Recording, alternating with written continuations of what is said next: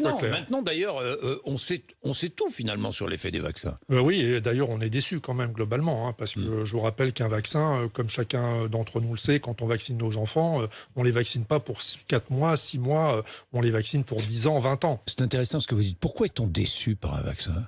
On est Par les vaccins actuels contre le Covid. Là, on est déçu par la durée de protection, quoi, parce que ça apparaît être une durée de protection qui est quand même vraiment très très faible. Et puis on est déçu aussi par l'efficacité. On voit bien que ça n'empêche pas la circulation du virus, surtout avec le variant Omicron. Le variant Omicron change un peu la donne quand même, hein, oui. Parce que le virus circule intensément. Faut dire, on n'a pas pris beaucoup de précautions pendant les fêtes, mais le virus circule intensément, malgré le fait qu'il y a une grande partie de la population qui est vaccinée. Bien, vous avez suivi aussi les débats à l'Assemblée nationale autour de ce pass vaccinal. Oui.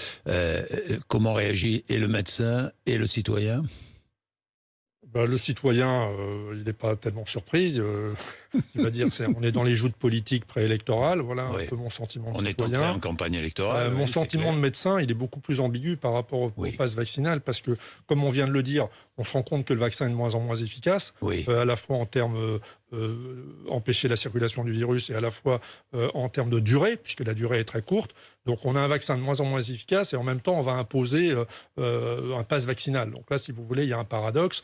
Et en plus, si vous voulez, obliger les gens à se vacciner pour pouvoir aller au restaurant, au bistrot, alors que de toute façon ils auraient été infectés dans le mois ou les 2 mois qui ont précédé, parce que là la circulation du virus est tellement intense, notamment chez les 20 à 40 ans, qui sont cette population-là, que de toute façon ils vont être infectés. Ça veut dire quoi? Ça veut dire qu'il aurait fallu imposer l'obligation vaccinale il y a 6 mois?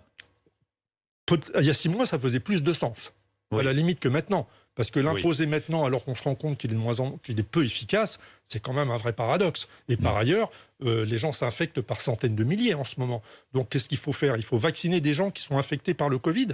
Non, on peut pas vacciner des gens alors qu'ils sont infectés. Mais sur la vaccination obligatoire, Emmanuel Macron répond oui, si je décrète la vaccination obligatoire, comment contrôler? Comment contrôler? Et quelles sanctions? Demander des amendes, infliger des amendes à des gens très modestes? Impossible. Ah oui, non, mais c'est impossible. Hein. De toute façon, on en avait déjà discuté il y a 6 mois quand ça s'était posé. Je pense qu'aujourd'hui, le problème ne se pose plus. Et la vaccination des enfants, qu'en pensez-vous? La vaccination des enfants, si vous me demandez ma pensée profonde... Oui, je vous la demande, professeur. Je ne suis pas pour la vaccination des enfants. Voilà. Et les enfants qui restent à l'école? Vous êtes favorable de toute façon, à laisser les écoles ouvertes? Mais de toute façon, là... Qu'est-ce qu'on a fait d'autre pendant le mois de décembre que laisser tout circuler, et notamment pendant les 2 semaines de vacances avec les fêtes, quoi. Donc évidemment... Ça n'aurait aucun sens de fermer les écoles aujourd'hui? Ou alors il faudrait les fermer toutes, comme c'est le cas aux États-Unis, si vous voulez, où toutes les écoles sont fermées. Voilà. Mais les fermer comme ça sur la base de tests, je suis pas sûr que ce soit la bonne chose. Bien.